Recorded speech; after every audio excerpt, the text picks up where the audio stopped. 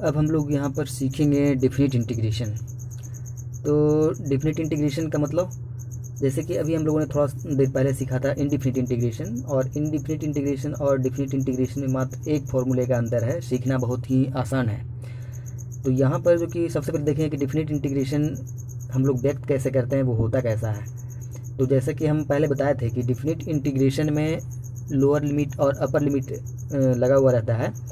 तो जैसे कोई फंक्शन दिया हुआ है f(x) और उसको इंटीग्रेट करना है, तो इस फंक्शन में यदि हमको डेफिनिट इंटीग्रेशन में दिया हुआ रहेगा तो यहाँ पर एक लोअर लिमिट रहेगा और एक अपर लिमिट रहेगा। तो जो नीचे में रहता है उसको लोअर लिमिट और जो ऊपर रहता है उसको अपर लिमिट कहते हैं।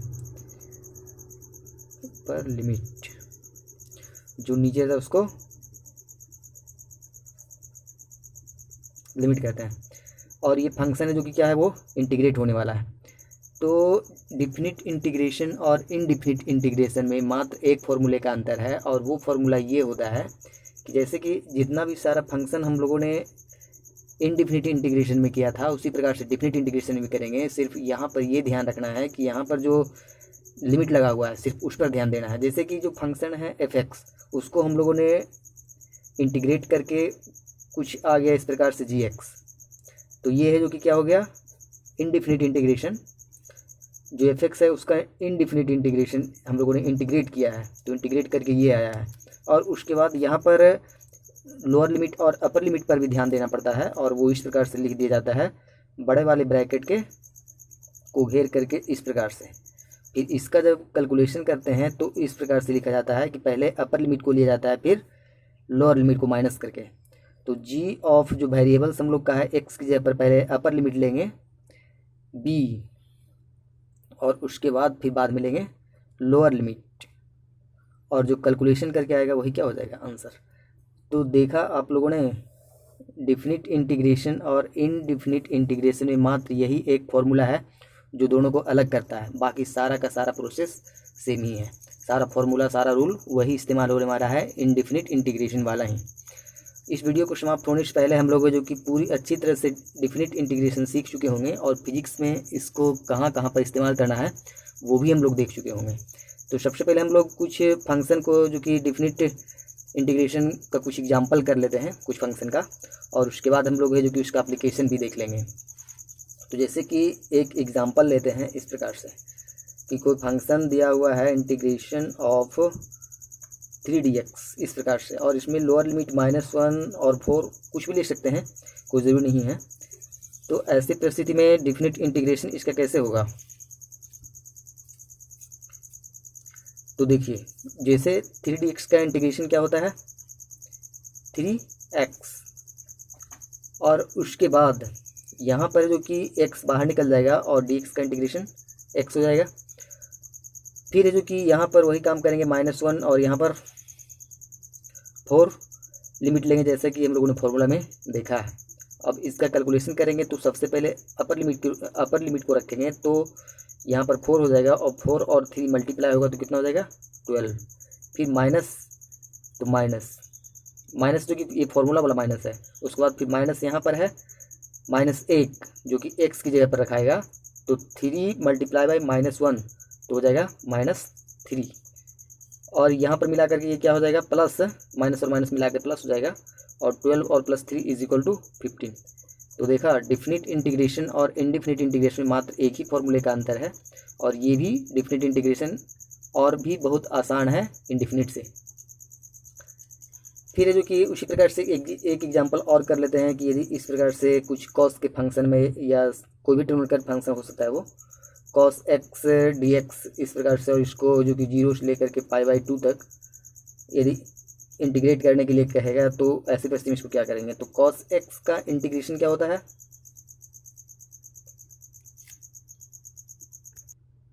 sin x, और यहाँ पर जो कि लोअर लिमिट लेंगे और यहाँ पर अपर लिमिट लिखेंगे। फिर अभी जो कि x जहाँ पर है वहाँ पर सबसे पहले अपर लिमिट डालेंगे, उसके बाद फिर लोअर लिमिट डालेंगे, तो यहाँ पर क्या हो जाएगा इस प्रकार से कैलकुलेशन करके sin π/2 माइनस sin 0 डिग्री। तो sin 90 का वैल्यू कितना होता है, sin 90 का वैल्यू 1, और साइन जीरो का वैल्यू जीरो होता है। तो सिर्फ सिंपली क्या हो गया, 1 में से जीरो जाएगा तो जीरो ही बचेगा, सॉरी 1 ही बचेगा। तो इस प्रकार से 1 हो गया। फिर नेक्स्ट एग्जांपल इस प्रकार से देख सकते हैं कि साइन की जगह पर यदि ये कोस है यहाँ पर और उसी प्रकार से यदि साइन रह गया तो हम लोग क्या करेंगे, यहाँ पर इस प्रकार से रह गया साइन एक्स डी एक्स और 0 और यहाँ π/2।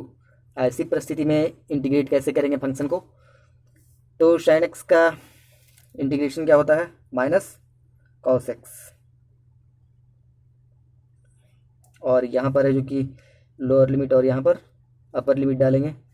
फिर उसी प्रकार से यहाँ पर भी करेंगे, माइनस कॉस π/2 माइनस माइनस मिला करके प्लस हो जाएगा और कॉस 0 डिग्री। तो माइनस कॉस 90 का वैल्यू कितना होता है, कॉस 90 का वैल्यू 1, तो -1 और प्लस सॉरी कॉस 90 का वैल्यू 0 होता है और कॉस 0 का वैल्यू 1 होता है। तो इस प्रकार से यहाँ पर आंसर कितना हो गया, 1। फिर और भी एग्जांपल है। नेक्स्ट एग्जांपल है इंटीग्रेशन x² dx, इसका लोअर लिमिट 0 और अपर लिमिट 3 है। तो जब x² को इंटीग्रेट करेंगे तो ये क्या हो जाएगा,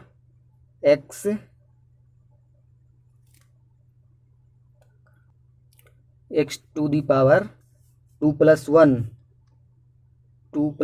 1 बाई 2 + 1, इस प्रकार से इस फॉर्मूला का इस्तेमाल करेंगे, लोअर लिमिट 0 और अपर लिमिट 3। फिर कैलकुलेशन करेंगे तो क्या हो जाएगा, x to the power 3/3 lower limit और अपर लिमिट। इसको यहीं पर कैलकुलेट कर लेते हैं। x जहाँ पर है सबसे पहले अपर लिमिट रखेंगे तो 3 पर पावर 3/3 माइनस 3 पर पावर 0 पर पावर 3। तो 0 के ऊपर कोई भी पावर रहेगा तो उसमें कोई फर्क नहीं पड़ने वाला है, 0 ही होगा उसका वैल्यू। अब है जो कि ये 3 और एक 3 कट जाएगा तो 3 टू दी पावर 2 हो जाएगा और इस प्रकार से आंसर कितना आ जाएगा, 9। यहाँ तो देख लिया था। अब है जो कि हम लोगों ने इस प्रकार से और भी बहुत सारे एग्जाम्पल देखेंगे आगे चल करके।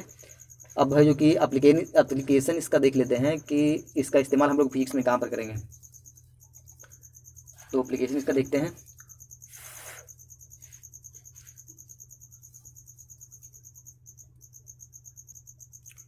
एप्लीकेशन ऑफ जो डिफिनिट इंटीग्रेशन है उसका जनरली हम लोग calculation of area of A curve के लिए इस्तेमाल करेंगे। मतलब कोई फंक्शन y = f(x) इस प्रकार से दिया हुआ रहेगा और उसका फंक्शन का जो ग्राफ है वो कुछ इस प्रकार से बनेगा। तो वो x एक्सिस के साथ कितना एरिया कवर करेगा, मतलब कि ये एरिया यदि हम लोग निकालना चाहते हैं, x एक्सिस के साथ ये जो फंक्शन एरिया कवर करेगा तो वो कितना एरिया होगा। तो उसके लिए सबसे पहले क्या करेंगे, ये जो कि ग्राफ दिया हुआ है जो फंक्शन क्वेश्चन में रहेगा उसका, और इसका एरिया हमको निकालना है पूरे को जो हम लोगों ने यहाँ पर कलर किया है। तो उसके लिए क्या करना पड़ेगा, कहीं पर भी एक ओरिजिन से x डिस्टेंस पर हम लोग छोटा सा पट्टी काटेंगे और इसी प्रकार से यदि छोटा छोटा बहुत सारे पट्टी काटेंगे तो जोड़ देंगे सारे पट्टी को, तो क्या हो जाएगा, पूरे का एरिया निकल जाएगा जो हम लोगों ने यहाँ पर कलर किया हुआ है। तो ये छोटा सा पट्टी का एरिया निकालने के लिए क्या करना पड़ेगा, क्या हमको चाहिए, ये वाला लेंथ और ये जो छोटा सा जो चौड़ाई है वो विड्थ। तो जब इस दोनों को मल्टीप्लाई कर देंगे, इस लेंथ को और ये विड्थ को, तो क्या हो जाएगा, इस छोटे से पट्टी का एरिया निकल जाएगा और उसके बाद हम लोग लिमिट डाल करके, लोअर लिमिट और अपर लिमिट डाल करके इंटीग्रेट कर देंगे तो पूरे का एरिया निकल जाएगा। तो सबसे पहले जो कि छोटे से पट्टी का एरिया जब निकालेंगे तो ये क्या कहलाएगा, DA, मतलब छोटा सा एरिया हम लोग निकाल रहे हैं तो इसलिए DA। तो DA बराबर क्या हो जाएगा, FX इंटू छोटा सा dx, FX इंटू dx। अब है जो कि पूरे को निकालने के लिए क्या करना पड़ेगा, A से लेकर B को तक के निकालने के लिए इंटीग्रेट करना पड़ेगा। तो जब DA को जब इंटीग्रेट कर देंगे, लिमिट 0 से लेकर के A से लेकर B तक निकालना है, तो लोअर लिमिट A और अपर लिमिट B। तो यहाँ पर इस प्रकार से लिखा जाएगा इंटीग्रेशन ऑफ FX dx। और ये जब इंटीग्रेट हो जाएगा तो ये पूरा क्या हो जाएगा, पूरे का एरिया निकल जाएगा, तो ए लिखेंगे। और जो इंटीग्रेट करके जो आएगा वही क्या हो जाएगा, उसका एरिया हो जाएगा फाइनल।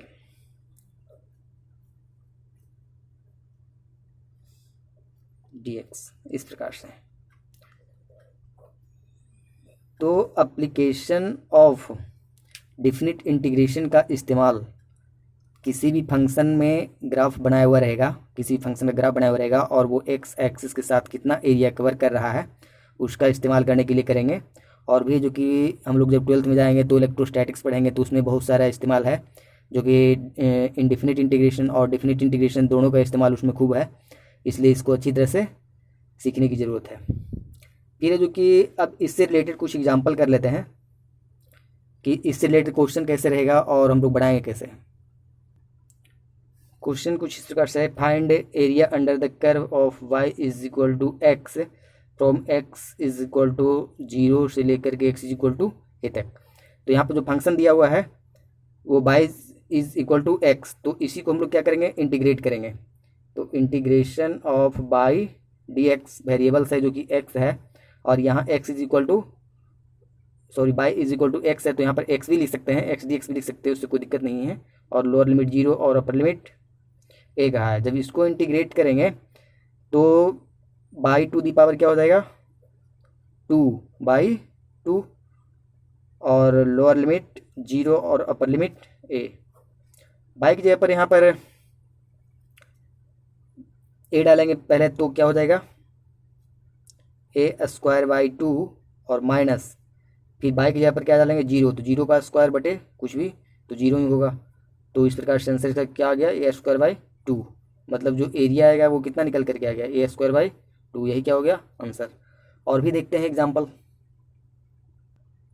जो नेक्स्ट एग्जाम्पल है कुछ इस प्रकार से है कि find the area of the region between the given curve and the x axis on the interval 0 to b, और ये फंक्शन दिया हुआ है। मतलब जैसे कि हम लोगों ने ऊपर देखा था कि वो ग्राफ बना हुआ था और एक्स एक्सिस के साथ कितना एरिया कवर करेगा वो निकालने के लिए कह रहा है, और इसमें जो लोअर लिमिट है 0 से लेकर के b तक है। तो इस वजह से क्या करना पड़ेगा, जो फंक्शन है उसको इंटीग्रेट करना पड़ेगा, और लोअर लिमिट और अपर लिमिट लेकर के जब 3x² को इंटीग्रेट करेंगे तो क्या हो जाएगा, 3 बाहर निकल करके आ जाएगा, और x⁴ 2 + 1 3/3, लोअर लिमिट हो जाएगा 0 और अपर लिमिट b हो जाएगा। यहाँ 3 से 3 कैंसिल हो जाएगा, और 3 से 3 जब कैंसिल होगा तो सिर्फ x³ बचेगा, और x की जगह पर हम लोग b लिखेंगे तो यहाँ पर b³ बच जाएगा। फिर माइनस करके यदि x की जगह पर फिर से 0 लिखेंगे तो वो 0 ही आएगा, तो आंसर सिर्फ क्या हो गया, b³। और भी एग्जाम्पल देखते हैं, एक एग्जाम्पल और देखते हैं। एक एग्जाम्पल इस प्रकार से है कि find the area of the region between the given curve and the x axis on the interval 0 to π/2, और ये इक्वेशन दिया हुआ है y is equal to sin x। तो करना क्या है, बस sin x का इंटीग्रेशन करना है, और अपर लिमिट में π/2 लेना है और लोअर लिमिट में 0। तो sin x का इंटीग्रेशन होता है माइनस cos x, तो सबसे पहले माइनस cos π/2 और माइनस ये और एक फॉर्मूले वाला माइनस मिला के यहाँ प्लस हो गया cos 0। तो cos 90 का वैल्यू होता है 0 और cos 0 का वैल्यू होता है 1। तो इस प्रकार से आंसर कितना आ गया, 1 यूनिट जो भी रहेगा वो। और भी कुछ एग्जांपल इस प्रकार से यहाँ पर लिख दिए हैं पहले ही। ये सब एग्जांपल को घर पर ट्राई करना है कि इंटीग्रेशन हो 5dx, तो इसका लोअर लिमिट है -2 और अपर लिमिट है 1, तो इसका इंटीग्रेट करके कितना वैल्यू आएगा वो भी करना है। फिर है यहाँ पर इंटीग्रेशन ऑफ π/2 dθ, और यहाँ पर है जो कि लोअर लिमिट लिया गया है -4 और अपर लिमिट -1। तो यहाँ dθ है, थोड़ा बढ़ाना नहीं है, ये हम करके आपको दिखाते हैं कि जब π/2 है जो कि ये कांस्टेंट है वो बाहर निकल जाएगा सिंपली π/2, और थीटा का dθ का इंटीग्रेशन क्या हो जाएगा, थीटा। और इस प्रकार से यहाँ पर जो कि -4 और यहाँ पर -1 हो जाएगा। जब इसको सबसे पहले है जो कि अपर लिमिट डालेंगे तो यहाँ पर -1 हो जाएगा, तो -π/2 यहाँ पर आ जाएगा। और उसके बाद यहाँ पर -4 को थीटा की जगह पर रखेंगे तो क्या हो जाएगा, ये माइनस और एक फॉर्मूले वाला माइनस मिला करके प्लस हो जाएगा, +4π/2। ये 2 और ये 4 कैंसिल होगा तो यहाँ पर 2 बच जाएगा, तो 2 पाई और माइनस पाई बाई 2 मिला के कितना हो जाएगा 3 पाई बाई 2। नहीं होगा ना, यहाँ देख लेते हैं एक सेकेंड। 4 पाई में से 1 पाई गया तो 3 पाई बाई 2, यही आंसर हो गया। फिर ये तो आसान है, ये कर लीजिएगा x/2 + 6। फिर ये वाला करके दिखा देते हैं। एक्सपोनेंशियल फंक्शन है, तो यहाँ पर एक्सपोनेंशियल फंक्शन का इंटीग्रेशन हम लोग को पता है कि एक्सपोनेंशियल फंक्शन ही होता है। तो e⁻x और यहाँ पर 0 है जो कि लोअर लिमिट है और 3 अपर लिमिट है। यहाँ पर एक बार है जो कि यहाँ पर 3 डालेंगे, फिर माइनस e⁻0। तो इसका आंसर क्या हो जाएगा e⁻3 - 1, क्योंकि इसका वैल्यू क्या होता है 1 होता है। तो यही क्या हो गया आंसर। फिर ये आसान है, ये बन जाएगा। यहाँ पर जो कि इतना ट्राई कर लीजिएगा तो ये 12th में फिजिक्स में बहुत आसान होगा बनाने में। और डिफिनिट इंटीग्रेशन हो या इनडिफिनिट इंटीग्रेशन हो, 11th और 12th में दोनों जगह पर बहुत ही महत्वपूर्ण है। खास करके जब 12th हम लोग इलेक्ट्रोस्टैटिक्स वाले चैप्टर पढ़ेंगे तो उसमें इलेक्ट्रोस्टैटिक्स में पूरे में इस्तेमाल होगा। यहाँ तक कि और भी आगे वाले चैप्टर में इलेक्ट्रोमैग्नेटिज्म में जितने भी चैप्टर हैं करीब करीब में ये इस्तेमाल होगा ही। 11th में भी बहुत इस्तेमाल होने वाला है। इसलिए डिफरेंशिएशन, इंटीग्रेशन और वेक्टर, ये 3 चैप्टर बहुत इम्पोर्टेंट है। जो फिजिक्स में अच्छा स्कोर करना चाहते हैं, जो फिजिक्स में अच्छा नॉलेज रखना चाहते हैं, और कंपटीशन के पॉइंट ऑफ व्यू से भी बहुत इम्पोर्टेंट है। इसलिए इंटीग्रेशन, डिफरेंशिएशन और वेक्टर, ये 3 टॉपिक को किसी भी हालत में एकदम अच्छी तरह से सीखना है। ठीक है, थैंक यू।